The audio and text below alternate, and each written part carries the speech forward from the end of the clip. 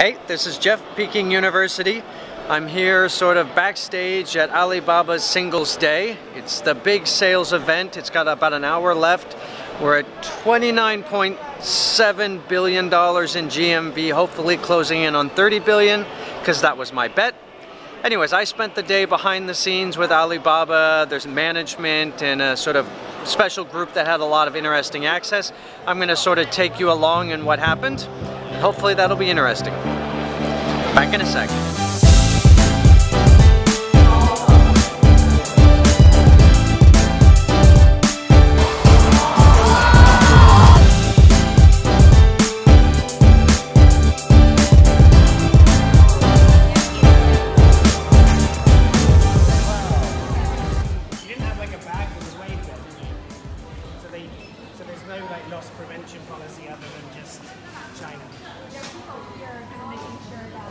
So this is the Alibaba HEMA store, which is their famous grocery initiative. We've got the whole influencer group here, so I'm going to try and get some comments from other people on what they think. But it's pretty amazing, and it's basically the everything you need for food store within about 3 kilometers of your house. 30-minute delivery, very cheap, very convenient. Anyways, pretty amazing. I also use the same pen. That's one code that you keep for a long time. It's not dynamically created for that particular transaction.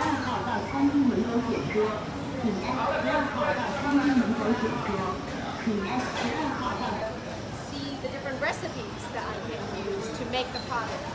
So, for example, here it's showing me how to make spicy wrap, which I love. It tells me how much ingredients do I need.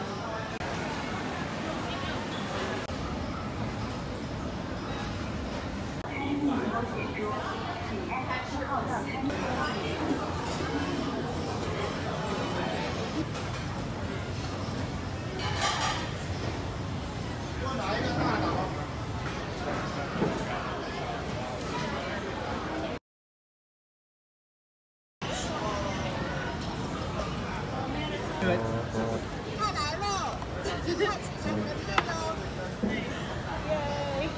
you. Alright, so the question is, what did you think about the HEMA supermarket and the new robots? HEMA supermarket's very impressive.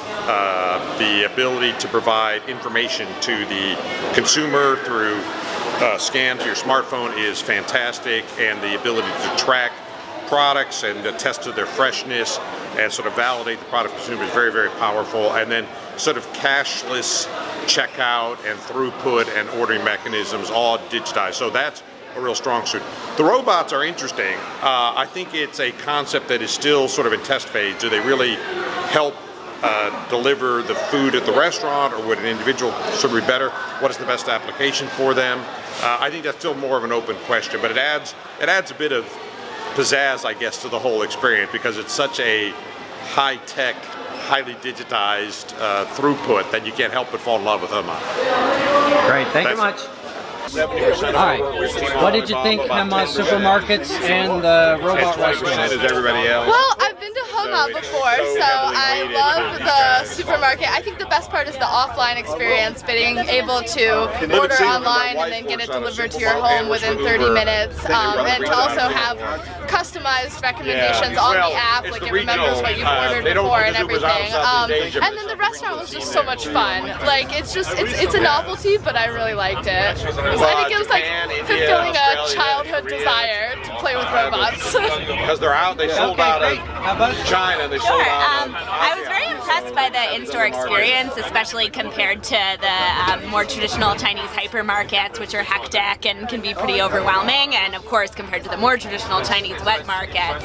But I think the technology in the store is impressive, but the most fundamental advancement, I would say, is the merging of the online and offline shopper profiles and the fully integrated inventory management system. I think based on this technology platform that Alibaba is building, the individual features in each store matter less than this insane customer data set and just mobile-based interaction system that can then be applied to any sort of online or offline retail outlet. It was probably a mistake. Okay, great. Thank you much. Well, the last time...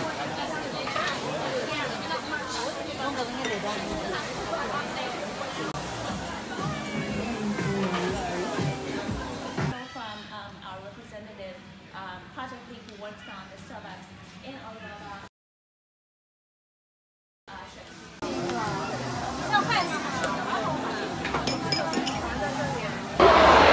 We just finished up our meetings at the Starbucks Roastery here in Shanghai, which is amazing. It's like their largest Starbucks roastery in the world. They've got their big partnership with Alibaba, so we had presentations by both Alibaba and Starbucks on what they're doing, which unfortunately are off the record, so I can't really talk about that. But it's what you'd expect. A lot of digital stuff, a lot of delivery stuff. Starbucks is awesome at what they do. Alibaba is awesome. Big surprise they're going to work together, and it all looks, you know, pretty great. Especially for a guy like me who drinks like a lot of coffee. All right, we're going back to the hotel.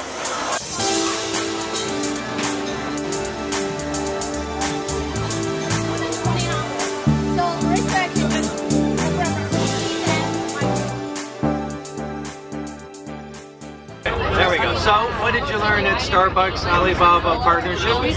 Well, to me, the most fascinating part of it was learning that the way this got started was that Jack Ma and Howard Schultz are good friends.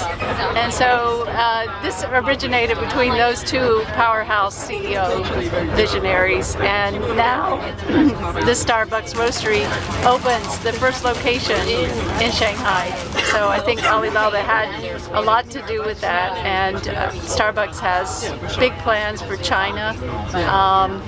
Probably going to be their largest market in the world if it's not already. And they have huge expansion plans here. So it was all very interesting. Beyond that, the whole store experience was something that I haven't seen at Starbucks anywhere else in the world. Are you a coffee drinker? I am. What's your favorite drink? Oh, I love cappuccino. Okay. Cappuccino, thank you very much.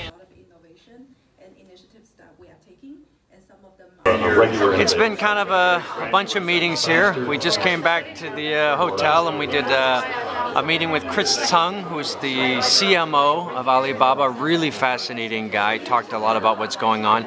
Off the record, unfortunately, so I can't really mention too much of that. We just did a little meeting here with TMIC, which is the TMALL Innovation Center. That's where they work with various companies to develop new products based on the data they're seeing in analysis. So we had, you know, Mars Wrigley. They talked about how they developed spicy Snickers, which is really pretty good. AB InBev talked about their sort of new beers that they're doing. They're a very big brand, especially on Singles Day. And what else? Mattel, Barbie, lots of interesting stuff. So it's been great. But next on the list is we go to dinner with Joe Tsai, who is awesome. So that's going to be great. Then back to the media center to watch the big numbers and count down till the end of the day.